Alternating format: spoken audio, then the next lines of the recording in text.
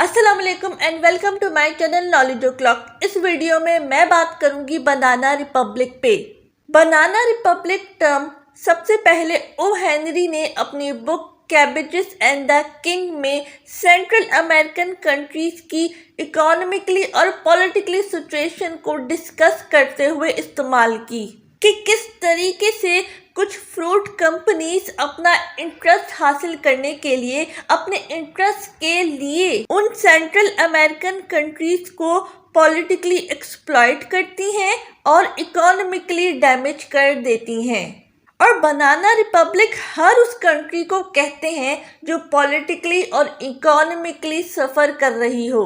अब देखते हैं जो कंट्री पॉलिटिकली और इकोनॉमिकली सफ़र कर रही है उसे बनाना रिपब्लिक क्यों कहते हैं और बनाना रिपब्लिक के पीछे क्या स्टोरी है। तो कहानी कुछ यूं शुरू होती है कि लोरेंजो डॉ बेकर्स नाम का सेलर जमैका से कुछ केले लेकर आता है और बूस्टर में 1000% प्रॉफिट के साथ बेच देता है। अमेरिका में ये बनानास काफ़ी पसंद किए जाते हैं क्योंकि एक तो ये टेस्ट में बहुत अच्छे होते हैं, ऊपर से ये रीजनेबल भी बहुत होते हैं।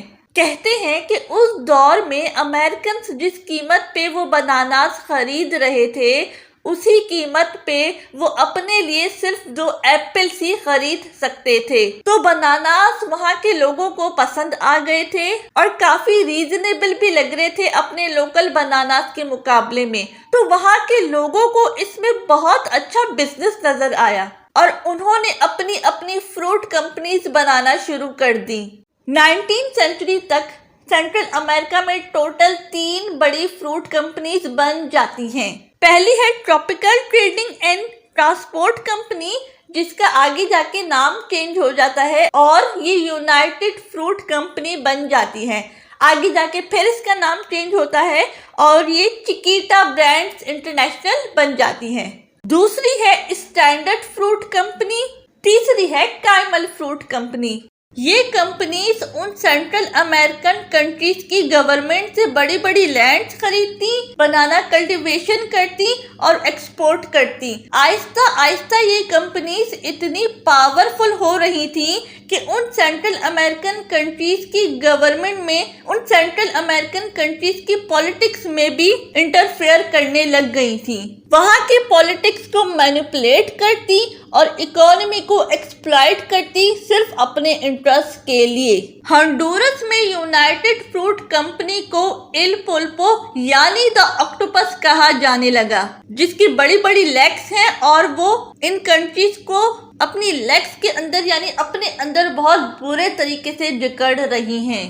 अब यूनाइटेड फ्रूट कंपनी और स्टैंडर्ड फ्रूट कंपनीज तो एक्सप्लॉइट कर ही रही थी सेंट्रल अमेरिकन कंट्रीज को। अब ये देखते हैं कि किस तरीके से काइमल फ्रूट कंपनी के ऑनर यानी कि सैम जमूरे हंडुरस में इलेक्टेड गवर्नमेंट का तख्ता उलट देते हैं।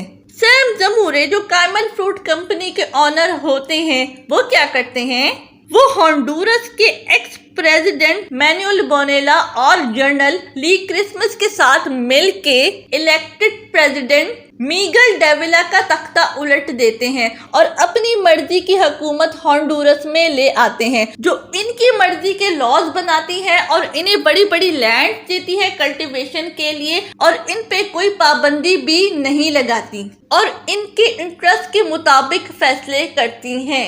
यानी ये गवर्नमेंट जो सैम जमूरे अपने लिए लाते हैं वो इन्हें और इनकी कंपनी को कंप्लीट प्रोटेक्शन देती है, उन पे कोई लॉस नहीं लगाती।